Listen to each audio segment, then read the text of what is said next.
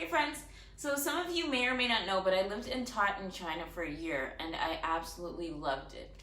So today I'm going to discuss why I would teach in China again, and if you're new to my YouTube channel and you're interested in travel content, please go ahead and click on that subscribe and notification button below.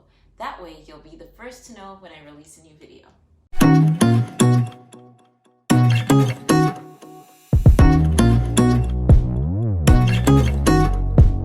So you're probably thinking to yourself, we're in the middle of a pandemic. Why would you go back to China, Kayla? Coronavirus. Bruh, 45 just called it the Chinese virus. Why would you go back to China? And I would say to you, you're right. I probably wouldn't choose to go back right now. But in the future, when things go back to normal, these are the reasons why I would go back and teach in China. So let's start with the fact that I was almost living for free. Yeah. For most people, rent and mortgages make a huge dent in their pockets, and it's the highest living expense they have. When I lived in China, I didn't have to pay for rent because my employer covered that cost, which meant more money in my pocket.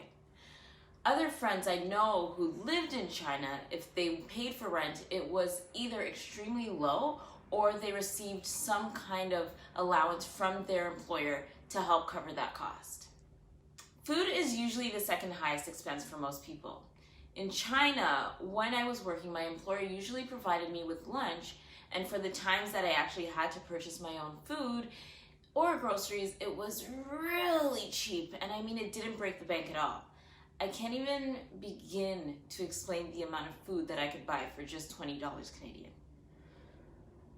Definitely makes me want to cry. So with China, lots of public holidays equals lots of time to travel. Let's just start off by saying Chinese people love to celebrate, and with that comes a variety of different holidays. One of the most popular holidays you guys have probably heard of, and what foreigners most likely look forward to, is Chinese New Year, which lasts about 2 weeks, and depending on your school, your vacation could be even longer. For myself, I was away for almost a month. The second most popular holiday is National Day, which takes place on the first week of October. And you're usually guaranteed about a week off. And there are more holidays, which means you get even more time off. And if I started listing them, you guys would be here all day. I miss that. So if I was to head back, I would definitely take the opportunity to immerse myself into the culture and finally learn Mandarin. One of my biggest regrets is not taking the time to fully learn Mandarin. To me, it came off as a very intimidating language. I took the time to help others learn my language, but I didn't take the time to learn their language, which is extremely silly. I learned the basic things that helped me survive when I was alone, but I really wish that I had taken the time to learn.